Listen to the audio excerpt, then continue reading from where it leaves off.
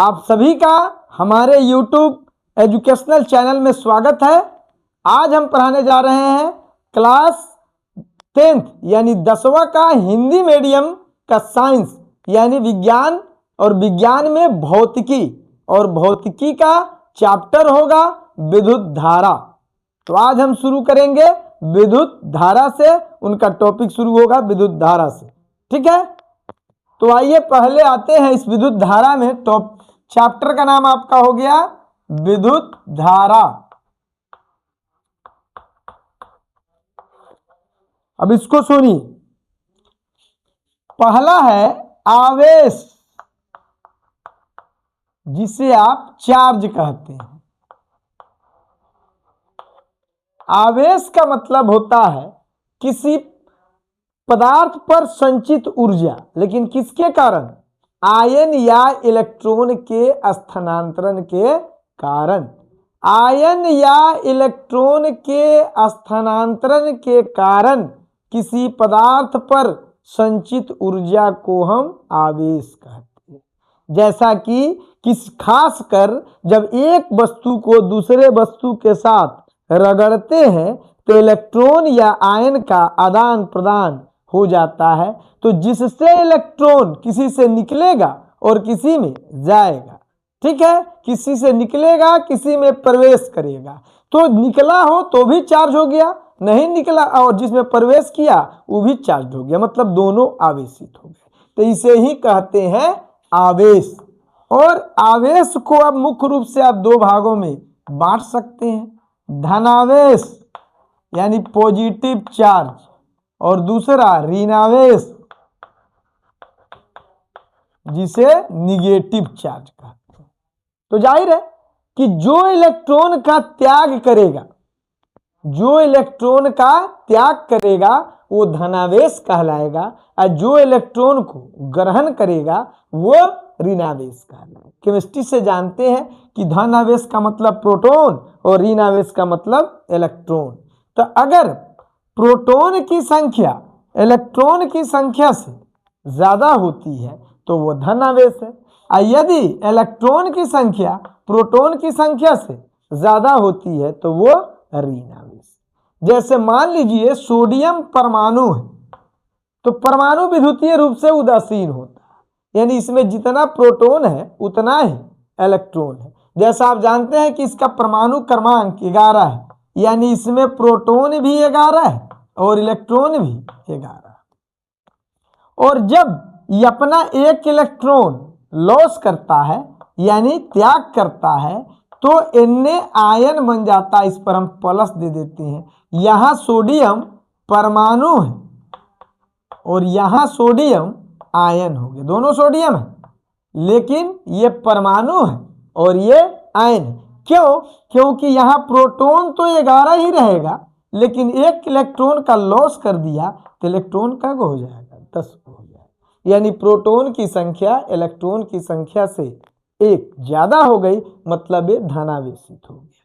उसी तरीके से अगर क्लोरीन है तो ये क्लोरीन का परमाणु है जिसमें प्रोटॉन की संख्या भी 17 और इलेक्ट्रॉन की संख्या भी 17, और ये एक इलेक्ट्रॉन का ग्रहण करेगा तो Cl माइनस चढ़ गया। माइनस इसलिए चढ़ गया कि इलेक्ट्रॉन लिया तो प्रोटॉन तो 17 का 17 रहा, लेकिन इलेक्ट्रॉन 17 पहले से था, एक ले लिया तो कितना हो गया? 18 हो गया। मतलब क्या आपने समझा कि यहां प्रोटॉन की संख्या इलेक्ट्रॉन से ज्यादा है और यहां इलेक्ट्रॉन की संख्या प्रोटॉन से ज्यादा है।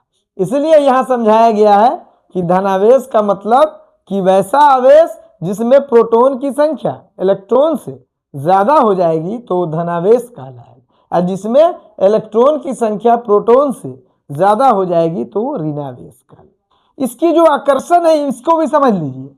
जो प्रोटॉन का आकर्षण होता है वो केंद्र से बाहर की ओर होता है, ऐसे,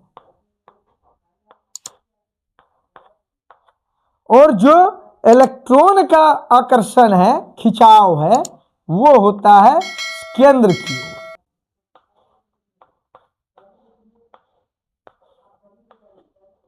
ये केंद्र की ओर होता है, यानी इसका आकर्षण केंद्र से बाहर की ओर और इसका आकर्षण बाहर से केंद्र की ओर। और यही कारण है कि ये प्रोटॉन और इलेक्ट्रॉन एक दूसरे को कभी करते हैं, आकर्षित करते हैं, क्योंकि दोनों के आकर्षण का जो दिशा है, आकर्षण का जो दिशा है, मतलब आकर्षण करने का डायरेक्शन, वो बिल्कुल कभी है विपरीत है। यही कारण है कि दोनों एक दूसरे को कभी करने लगते हैं, आकर्षित करने लगते हैं। तो ये था कि आवेश क्या है, धनावेश क्या है, ऋणावेश क्या है, धनावेश बनता कैसे है, ऋणावेश बनता कैसे है, ठीक है। और जनरली तौर पर आवेश को हम Q से निरूपित करते हैं और इसका जो मात्रक होता है ये कूलाम होता है और इसे हम C से कूलाम पढ़ते हैं और इसे हम C से सूचित करते हैं, जो इसका मात्रक है, ठीक है। अब यहीं से शुरू होता है जिस चैप्टर का नाम है आपका विद्युत धारा, नहीं विद्युत धारा। तो उससे पहले लेकिन कुछ टॉपिक्स है उसके बारे में जानिए। पहला टॉपिक है विद्युतीय विभव। विद्युतीय विभव परिभाषा दी जाती है कि एकांक धनावेश को अनंत से किसी बिंदु तक लाने में किए गए कार्य को उस बिंदु पर का विद्युतीय विभव कहते हैं। लेकिन दिक्कत यह है कि अनंत की परिभाषा बड़ा कंफ्यूजन लाता है।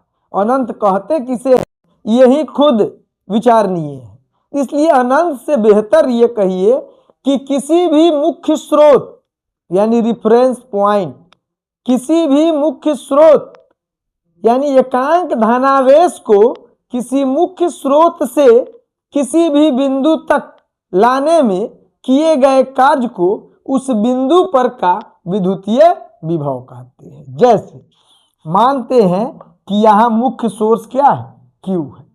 अगर यहाँ से यहाँ भी चार्ज को लाया जा रहा है, यहाँ भी लाया जा रहा है, यहाँ भी चार्ज को लाया, तो यानी मान लीजिए यहाँ Q1 गया, Q2 गया, Q3 गया, Q4 गया, Qn बहुत n तक जाएगा, Qn चला गया। तो यहाँ से यहाँ तक, लेकिन एकांक धनावेश होना चाहिए, लेकिन 1 कूलम धनावेश होना चाहिए। यानी एकांक धनावेश को यहाँ से यहाँ तक लाने में किए गए कार्य को इस बिंदु का क्या कहलाएगा, विभव कहलाएगा। और यहीं से अगर यहाँ तक लाने में जो किया गया कार्य होगा एकांक धनावेश को, यह इस बिंदु का विभव कहलाएगा। फिर उसी तरह यह इस बिंदु का विभव कहलाएगा। सबका विभव कति होगा, अलग अलग होगा, और विभव का मात्रक वोल्ट होता है, जिसे आप V से सूचित करते हैं। एक बात और याद रखिएगा कि हमेशा प्रोटॉन को कैरी किया जाता है, मतलब एक स्थान से दूसरे स्थान तक ले जाया जाता है, यानी धनावेश को, जबकि इलेक्ट्रॉन का ट्रांसफॉर्मेशन होता है, यानी स्थानांतरण होता है। ये बातें भी याद रखना है कि प्रोटॉन को कैरी किया जाता है, यानी एक जगह से दूसरे जगह लाया जाता है, जबकि इलेक्ट्रॉन का ट्रांसफॉर्मेशन होता है। जैसे बताए थे कि 2 वस्तु को आपस में रगड़िएगा तो इलेक्ट्रॉन एक से दूसरे में जाएगा, तो ये स्थानांतरण नहीं हुआ, ये स्थानांतरण हो गया। कैरी का मतलब यहाँ की चीजों को उठा के दूसरे जगह ले जाना। जैसे यहाँ आपने देखा कि Q1 कूलम यानी 1 कूलम आवेश को मुख्य स्रोत से किसी बिंदु तक लाने में किए गए कार्य को उस बिंदु पर का विभव कहते हैं। अब है टॉपिक विभवांतर, पोटेंशियल डिफरेंस। तो जनरल तौर पर तो लोग ये भी कह देते हैं कि 2 बिंदुओं के बीच के विभव के अंतर को हम विभवांतर कहते हैं। जैसे मान लीजिए कि 2 बिंदु है, जैसे आपने Q1 और Q2 देखा, और इसका अगर विभव V1 और क्या हो, V2 हो, तो विभवांतर का मतलब हो जाएगा V2 माइनस V1। या इधर से धारा जा रही है, अगर इधर से जा रही है तो V1 माइनस V2। मैंने अगर इधर से ये हाई पर है ये लो पर है तो V1 माइनस V2 होगा। अगर ये हाई पर है और ये लो पर है तो V2 माइनस V1। यानी अगर कहीं 6 वोल्ट है और कहीं 3 वोल्ट है तो इनके बीच का विभवांतर कितना होगा, 3 वोल्ट हो जाएगा, 6 घटा 3। लेकिन परिभाषा के तौर पर ये आई, चीज परिभाषा देना है कि एकांक धनावेश को किसी एक बिंदु से दूसरे बिंदु तक ले जाने में किए गए कार्य को उस दोनों बिंदुओं के बीच का विभवांतर कहते हैं।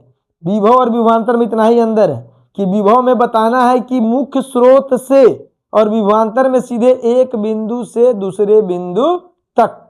समझ रहे हैं कि विभव का मतलब होगा कि एकांक धनावेश को मुख्य स्रोत से किसी बिंदु तक लाने में किए गए कार्य को विभव कहेंगे।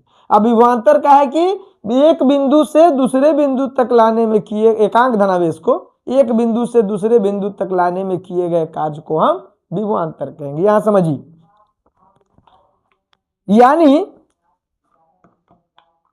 यहां से यहां ले जाएंगे तो भी विभवांतर होगा एकांक धनावेश को, यहां से यहां ले जाएंगे तो भी विभवांतर होगा, और यहां से यहां ले जाएंगे तो भी विभवांतर होगा। यानी विभवांतर में मुख्य स्रोत रह भी सकता है और नहीं भी रह सकता है। Q1 से Q2 तक ले जाएंगे तो भी विभवांतर, Q2 से Q3 तक ले आएंगे तो भी विभवांतर, Q से Q1 तक ले आएंगे तो भी विभवांतर, Q से Q2 तक ले आएंगे तो भी विभवांतर एकांक धनावेश को। लेकिन विभव में फिक्स है कि Q1 से Q2 ले जाइएगा तो विभव नहीं कहलाएगा, मुख्य स्रोत से होना चाहिए। यानी एकांक धनावेश को मुख्य स्रोत से किसी बिंदु तक लाने में, तो यानी अगर Q से Q1 तक लाया जाए तो विभव भी होगा और विभवांतर भी होगा। ध्यान समझना है, Q से Q1 तक लाया जाएगा तो वह विभव भी होगा और विभवांतर भी होगा। लेकिन Q1 से Q2 लाया जाए तो सिर्फ विभवांतर होगा, वो विभव नहीं होगा। इसका मतलब ये भी स्पष्ट हो गया कि प्रत्येक विभव एक विभवांतर है, लेकिन प्रत्येक विभवांतर एक विभव नहीं है। देख समझ लिए, यहां से यहां तक आना विभव भी है और विभवांतर भी है, लेकिन यहां से यहां तक जाना सिर्फ विभवांतर है, विभव नहीं है। यानी प्रत्येक विभव एक विभवांतर है, और किंतु प्रत्येक विभवांतर एक विभव नहीं है। हालांकि दोनों का मात्रक सेम होगा, वोल्ट होगा। अब अगले वीडियोज में हम आपको पढ़ाएंगे विद्युत धारा क्या है और ये आवेशों के प्रवाह से कैसे बनता है विद्युत धारा। तो फिर मिलेंगे अगले वीडियोज में, तब तक के लिए थैंक यू।